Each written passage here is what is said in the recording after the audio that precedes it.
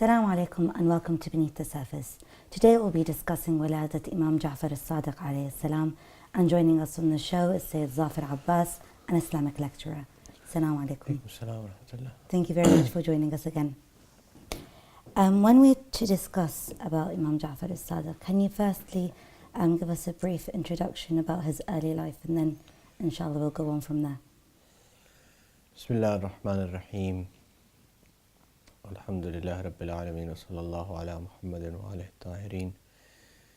Our sixth holy Imam Ja'far ibn Muhammad Sadiq alayhi salatu wassalam was born on the 17th of Rabi'ul Awwal in 83 after Hijrah. So he shares his birthday with the Holy Prophet of Islam. And he was born in Medina. His father was Imam Muhammad al-Baqir alayhi salatu wasalam, and his mother was Farwa bint Qasim ibn Muhammad ibn Abu Bakr. So he was a great grandson of Muhammad ibn Abu Bakr, who was a great companion of Imam Amir al-Mu'minin salam, and for whom Imam Ali alayhi salam says that he is my son, for he grew up in the house of Imam Amir al-Mu'minin and received training from him. In addition to that, of course, he is distinct amongst the Aimma alayhimus salam because he lives the longest out of all of the Imams salamullah alayhima, and he lives for 65 years.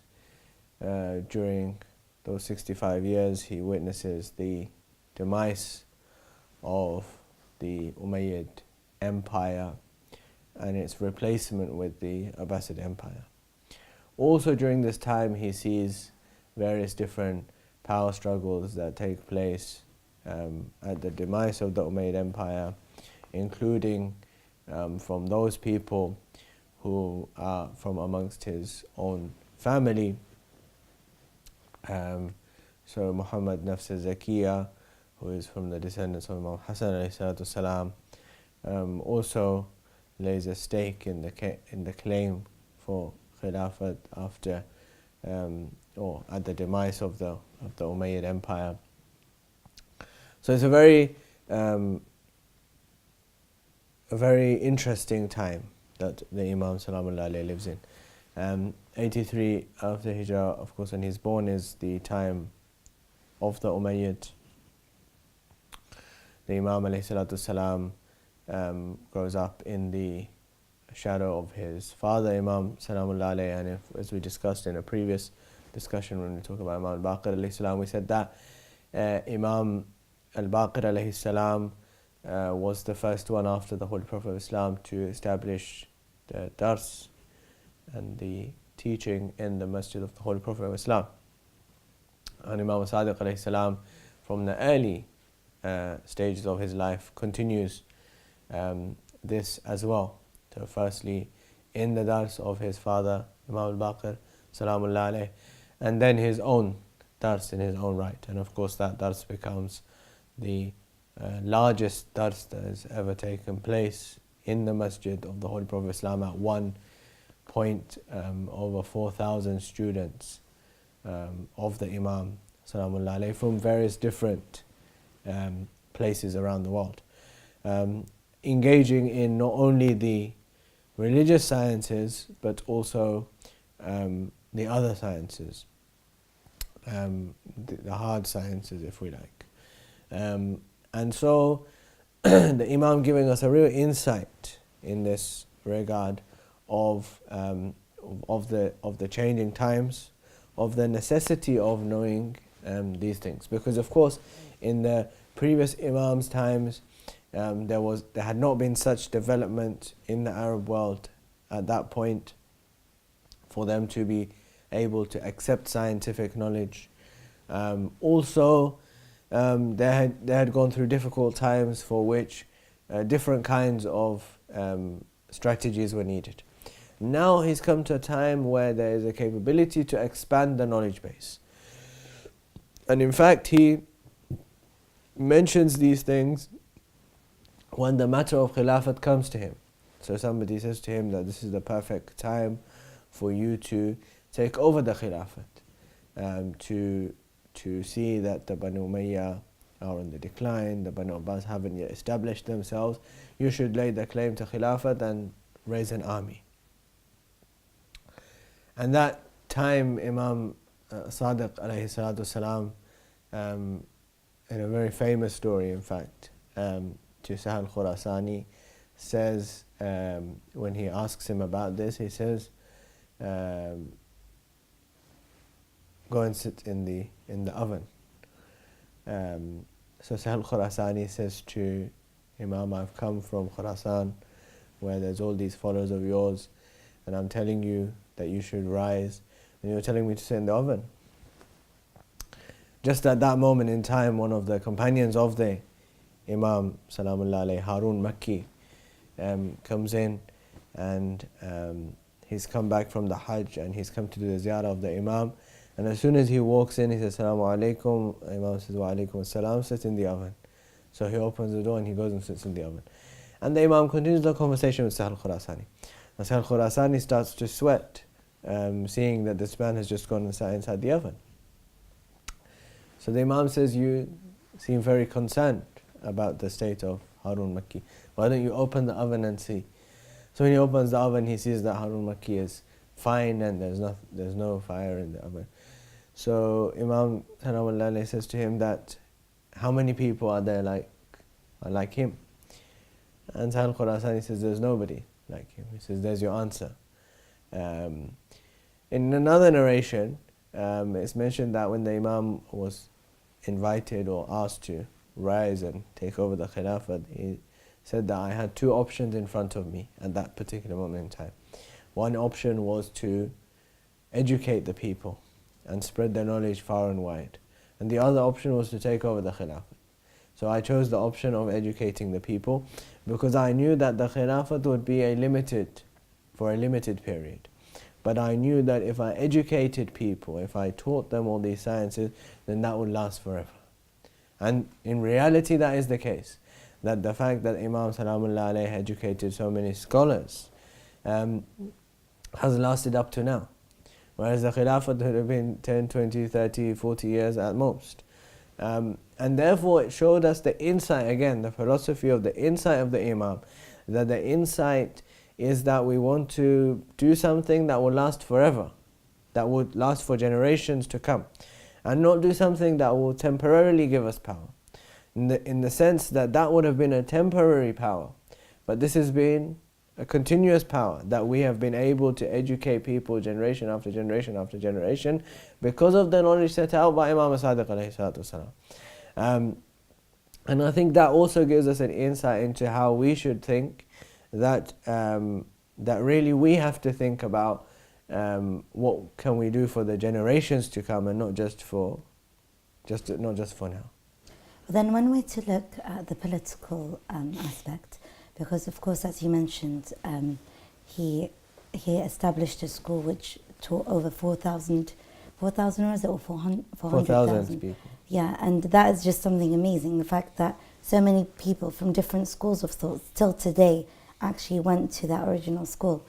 But then when looking at the political sphere, as his own family members, like his cousins and stuff, went into power and wanted to either defeat the Umayyad and allow the Abbasid Khalifas to come in, what was the position of Imam Ja'far as-Sadiq at the time? There is a hadith of the Holy Prophet of Islam where he mentions that Allah subhanahu wa ta'ala will strengthen his religion through an oppressive person. So this hadith seems very strange, until we put it into the historical context. And we see that often there have been people who themselves were very oppressive, who themselves were not religious at all, but through them their religion has been strengthened, in the sense that that person did not benefit themselves from the religion, but through them Allah subhanahu wa ta'ala, rajulin fajir is the word that's used in the hadith, through that person who is not religious, the religion itself has been strengthened. Also, another hadith related to this is that the Holy Prophet ﷺ says that Allah subhanahu wa ta'ala will destroy one tyrant with another tyrant. And we see that even up to today, that whenever there's a tyrant who is destroyed, is always destroyed by another tyrant. And that is because Allah subhanahu wa ta'ala is showing that it is a reminder and a lesson for anybody who thinks about committing injustice, that don't forget that you will be removed by somebody who's worse than you. You will not be able to continue this reign of tyranny forever. The person who will remove you will also think the same thing, and they will also be removed. So in this time, Imam Sadiq ﷺ adopts this position of educating the people, and he does not get involved in this matter. And what he's showing us is that if you want to defeat the people in the long term, then this is the way to do it. You have to get educated. And various communities in this century have also learned this. If we look at this century, in the 20th century, in the 21st century, we see that various communities around the world who find themselves in the minority and were oppressed in different places, they learned this, that the way to ultimately defeat people is to become educated. And those communities, those minority communities, and there's more than one of them, those minority communities, once they became educated, once they received a high percentage of their population became highly educated, they are able to, despite being in the minority, they were able to intellectually defeat various vast groups of people who, even though they were in the majority, but they were not as educated and they were not as intellectual as those groups of people. So for that reason they were defeated. So Imam Sadiq is telling us that this should be your objective. Your objective should be that this is the long-term goal. If you become highly educated in your field, then you don't have to worry about what is temporarily going on with this oppressor against this oppressor, because this is the short term. Whereas what I'm preparing you for is for the long term, so that you can intellectually defeat people. And this is what happens in the time of the 7th, 8th, 9th Imam Salamullahi alayhi. What has been done by Imam Sadiq alayhi is now bearing fruit, and people are being intellectually defeated by the work of Imam Sadiq alayhi. But then one way actually to look at the work that he spread and the knowledge he actually gave us, how can we actually gain from that? Because his own students, they themselves went into different paths of the Islamic religion.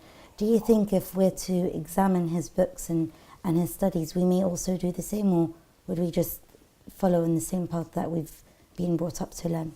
I think that what is important to see in that perspective is, again, the situation that people saw themselves in. Whether they saw Imam Sadiq alayhi salam and they shared his objectives, or they had their own objectives.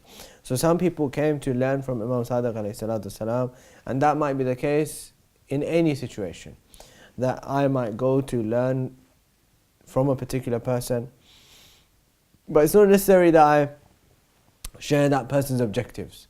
I have gone to study under that person, but I don't share his objectives. So whereas his objective might be something else, my objective to go and learn is something else. So similarly, in the time of Imam Sadiq alayhi salam, there's people who come and study under him who do not share his objectives. Their objectives are something else. For example, their objectives are to become powerful, or to become famous, or their objectives are to use the knowledge that they gain to create wealth, or to create their own school of thought. And so they do.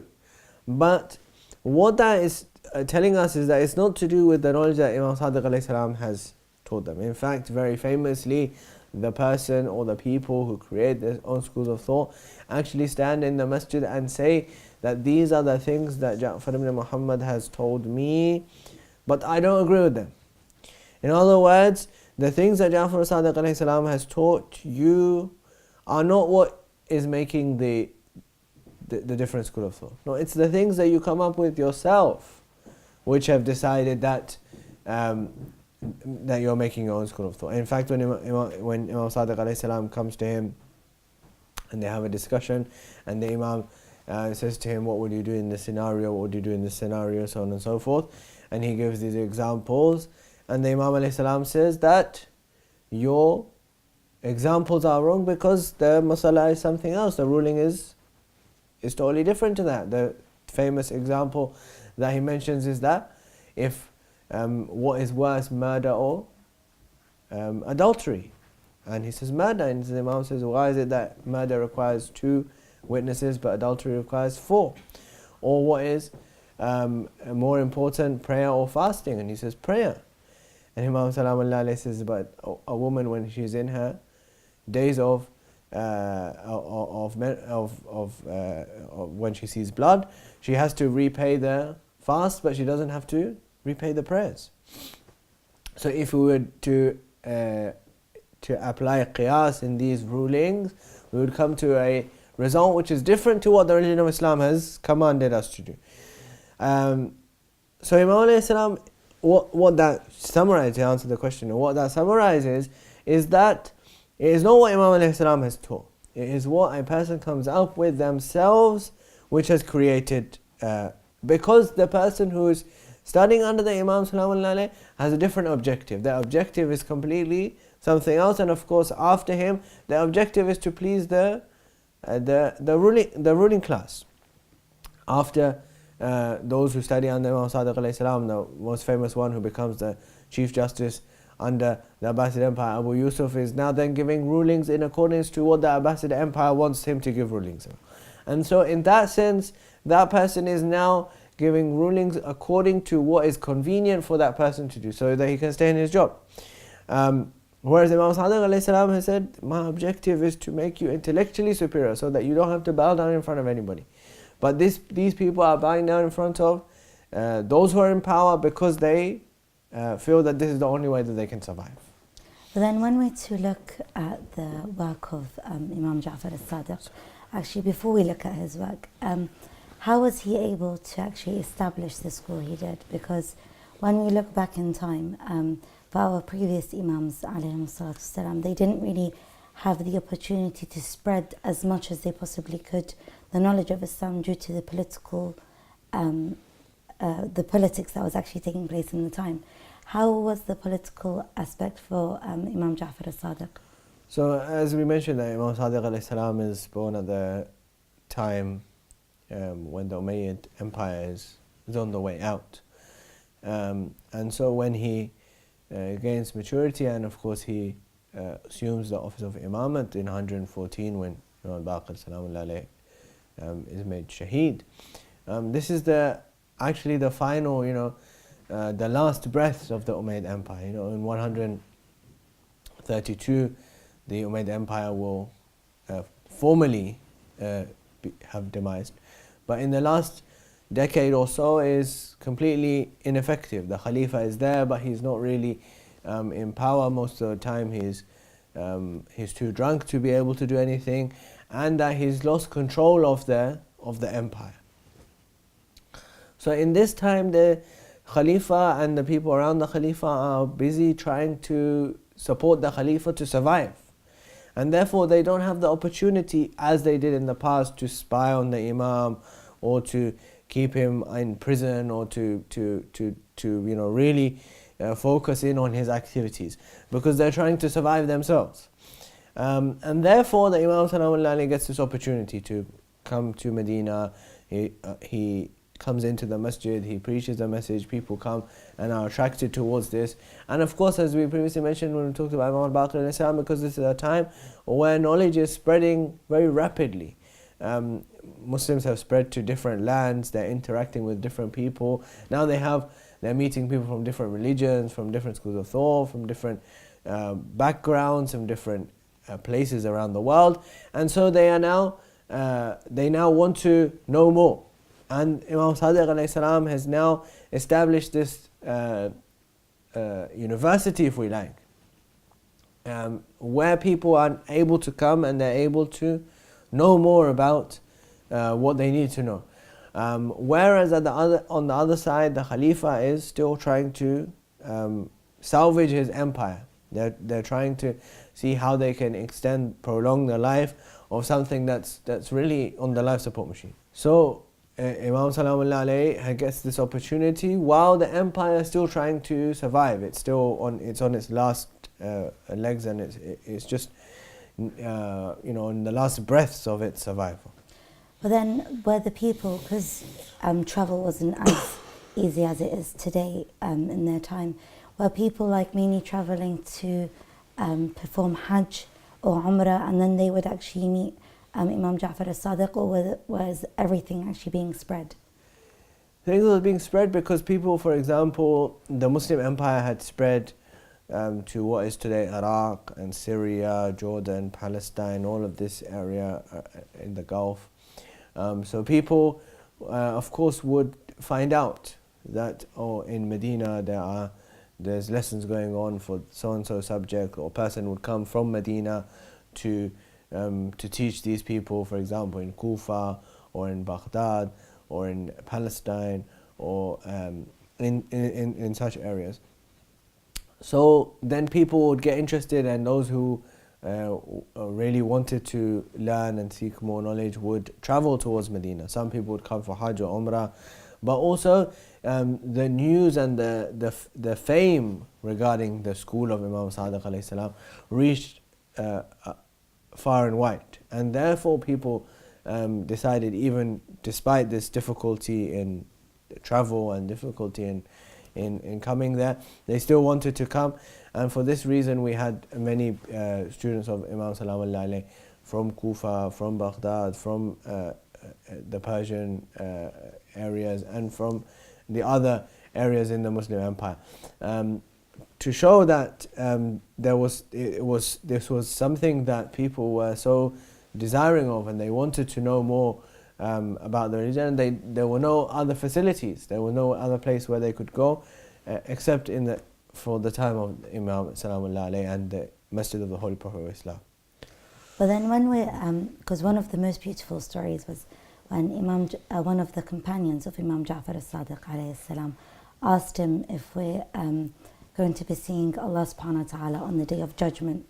And then Imam Ja'far as-Sadiq alayhi salam answered him by saying that we already see him in the dunya. Can you just tell us more about that story?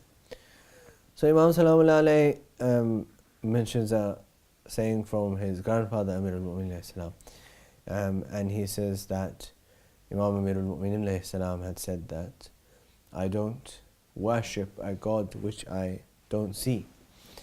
And so when he was asked that, Ya Ali, how do you see him? And he says, I don't see him with these eyes, but I see him with the insight of my heart.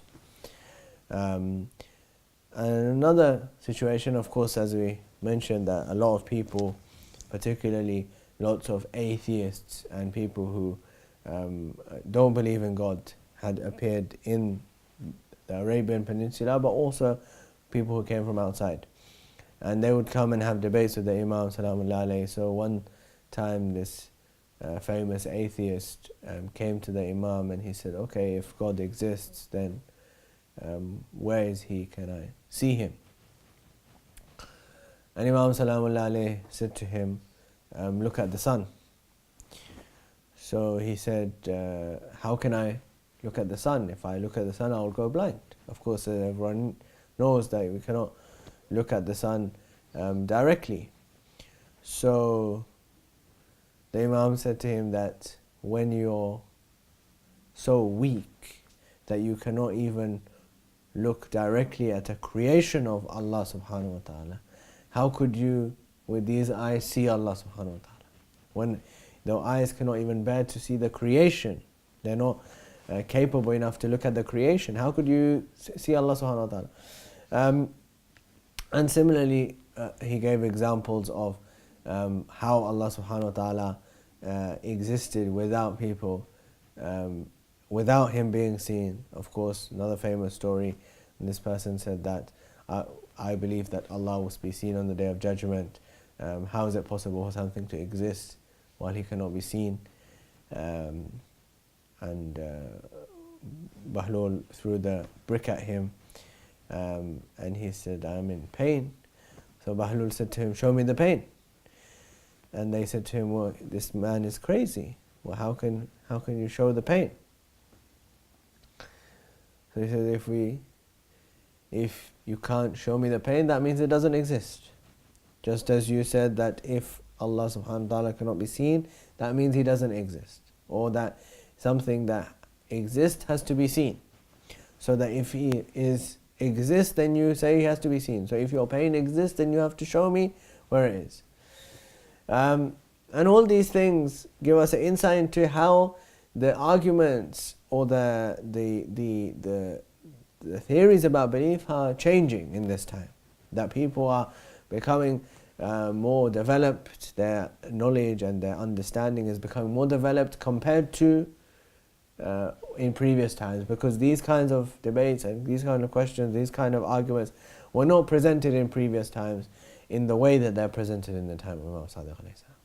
Then when we're to look at and examine Imam Ja'far as-Sadiq alayhi salam's life, and even our other infallibles, how can we actually seek this closeness to Allah subhanahu wa ta'ala, making sure we're following in their footsteps as they are our role models, and we all seek to become at least 0.1% of what they actually were?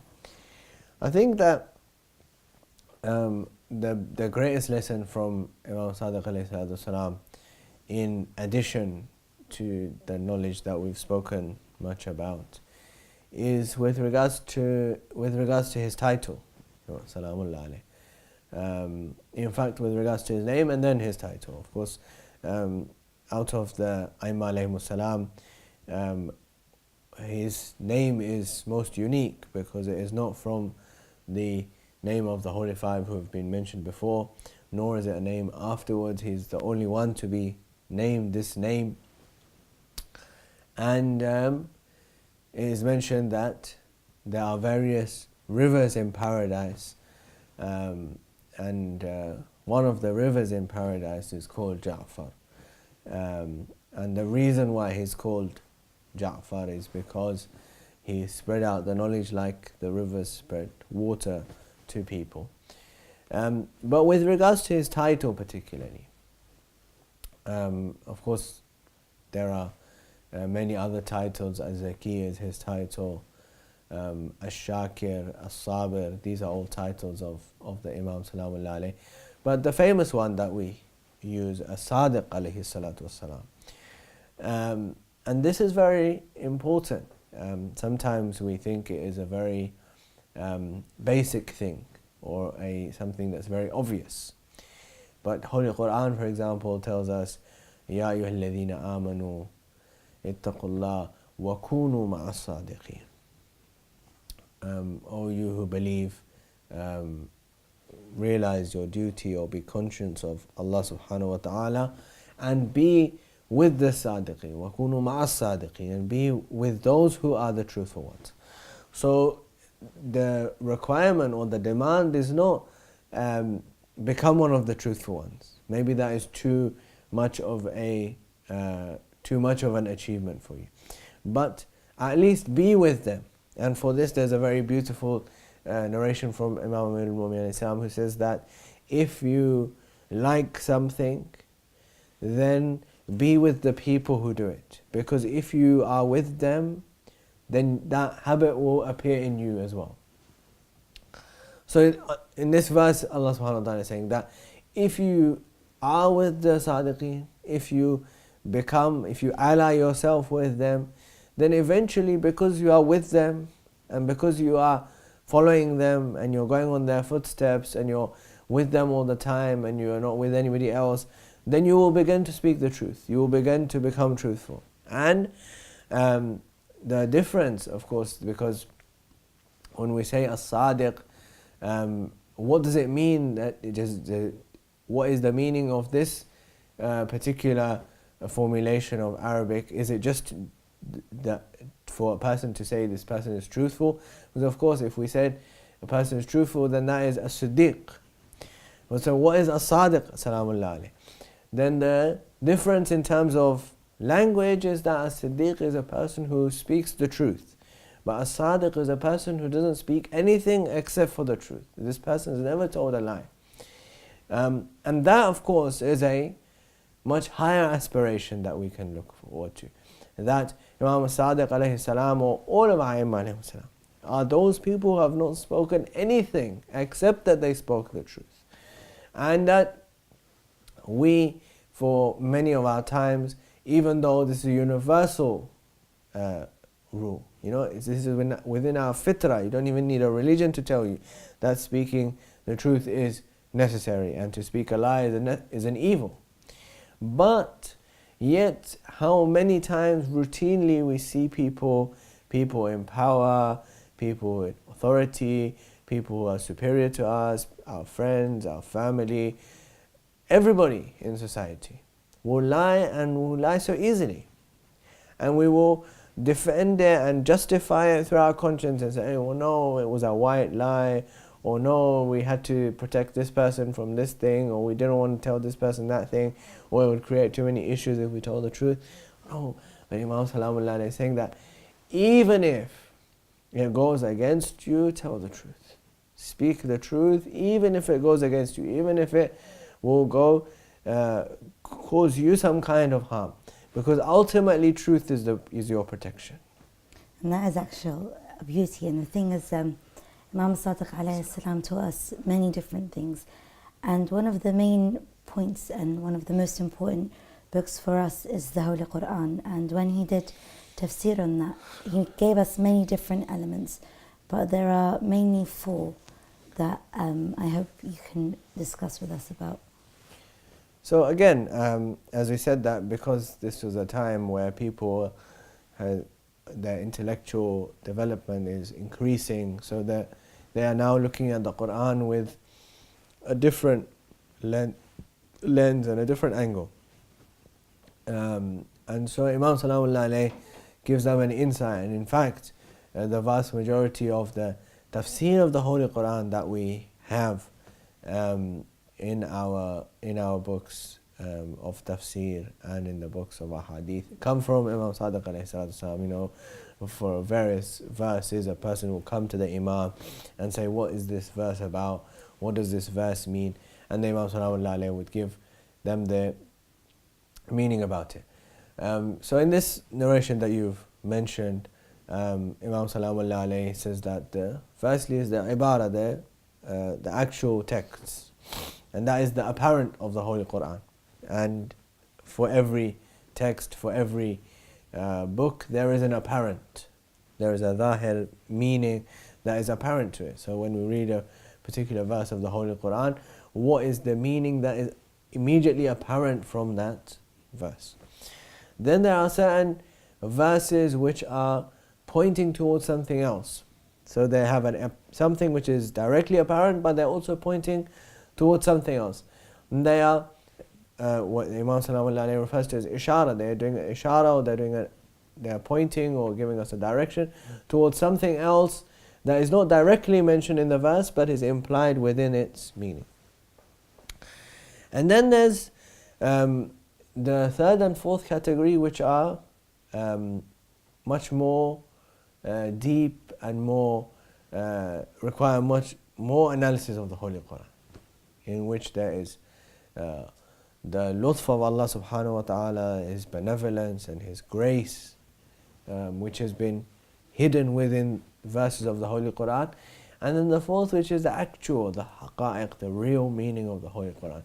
and what actually makes the Holy Quran a book which cannot be replicated. It is not the zahir or the words or the letters of the Holy Quran which cannot be replicated.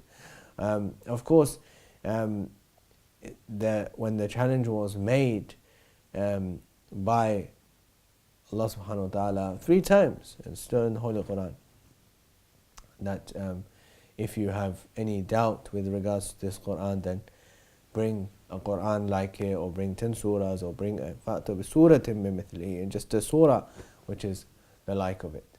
And they, of course, had they was this challenge was such a great challenge and such an open challenge that would nobody have attempted to make such a replica. And the reason why it has not been replicated is not because the words cannot be made, but the reason is because the haqa'iq in the Holy Quran are things that if somebody replicates words that look like the Holy Quran or makes up some Arabic sentences, they will not have the haqa'iq that the Holy Quran has. And this is why we need Ahlul Bayt alayhimu salatu wasalam to explain to us these real deep meanings within the Holy Quran. Because often we will go for the zahir, and this is not to suggest that there is no value in the zahir. No, of course. There is value in the zahir. In fact, there's rawayat which tell us that every single verse in the Holy Quran has at least 7 layers of meaning. That tells us that the zahir has a meaning, it has an importance. And for some people and for certain individuals, the zahir will be enough. But if a person wants to really understand, to do tafakkur on the Holy Quran, then to go to the reality and the haqa'iq of the Holy Quran will be through the Ahlul Bayt alayhimu salatu wasalam, who are the inheritors of the Holy Quran, and the ones who can really tell us what Allah subhanahu wa ta'ala is trying to tell us.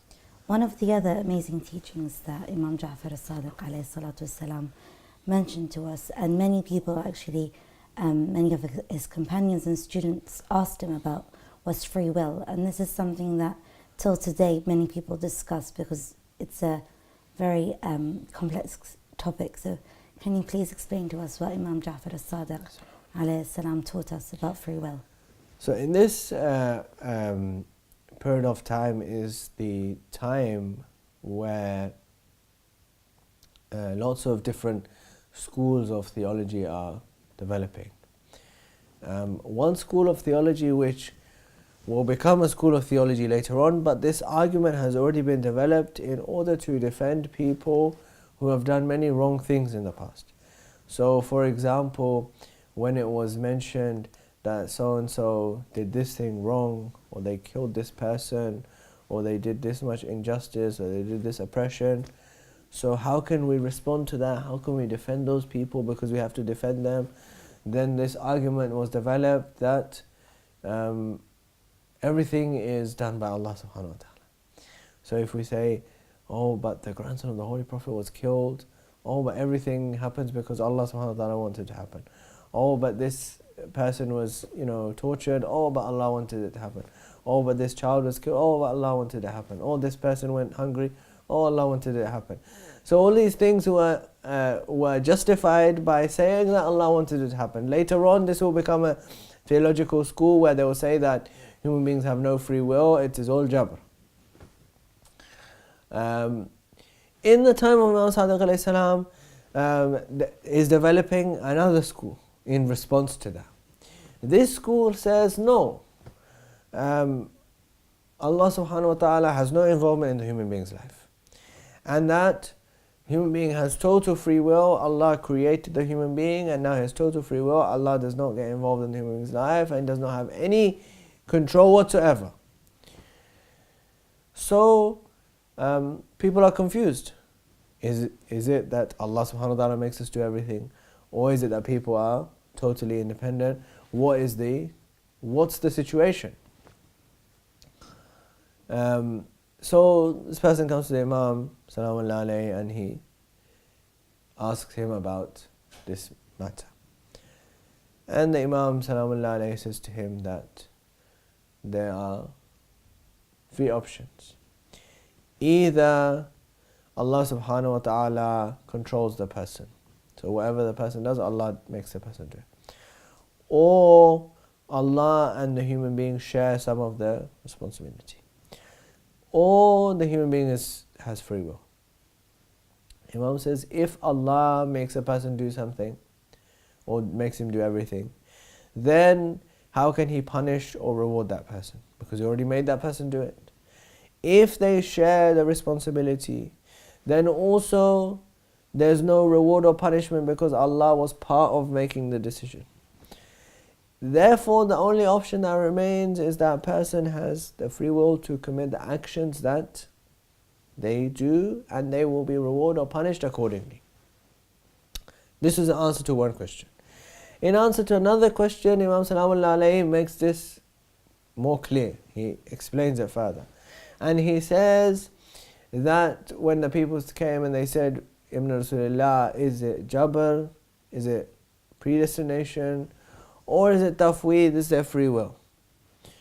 So Imam Salamullah alayhi replies, he says, La Jabra wa la Tafweed, walakin amra bayna al-amrayn. So there's no free will and there's no predestination, but there is a matter in between both of these. So for this, Imam clarifies further. He says that for those things, so they said, Ibn Rasulullah, how do we know in which matters we have free will and in which matters we are predestined? Imam says, look at the Holy Quran. And in the Holy Quran, see the matters for which Allah subhanahu wa ta'ala holds the person accountable. For those matters you have free will. For the matters in which He does not hold you accountable, you don't have any free will. Because you don't have any free will, therefore you cannot be held accountable for them. He gives the example of this. He says the Holy Quran says that Allah subhanahu wa ta'ala has promised the rizq, the sustenance of everybody. So this is predestined. He says, however, the Holy Quran also says that a man is responsible for earning his rizq. Therefore, the rizq is, or the sustenance is, predestined. But a person has free will as to whether to get it from a halal means or to get it from haram means. What he is going to receive is already predestined. But what is left to his free will is whether he chooses to do it through the halal or through the haram. In similar ways, things which are not under our control, for example, the family that we are born in, for example, the height and weight, and the skin color, and the country that we come from, and all these other things that we have, or how many brothers and sisters we have, or how many children we have, or so on and so forth, these are all in the hands of Allah subhanahu wa ta'ala. In these matters we don't have any free will. But other matters in which we're going to be held responsible, in these matters we have free will. And this is what Imam Salamullah alayhi makes it clear for us, what is a very difficult philosophical matter. Thank you very much, Sayyidina, for telling us about Imam Ja'far as-Sadiq and about his beautiful teachings. And thank you very much for watching Beneath the Surface. See you next time.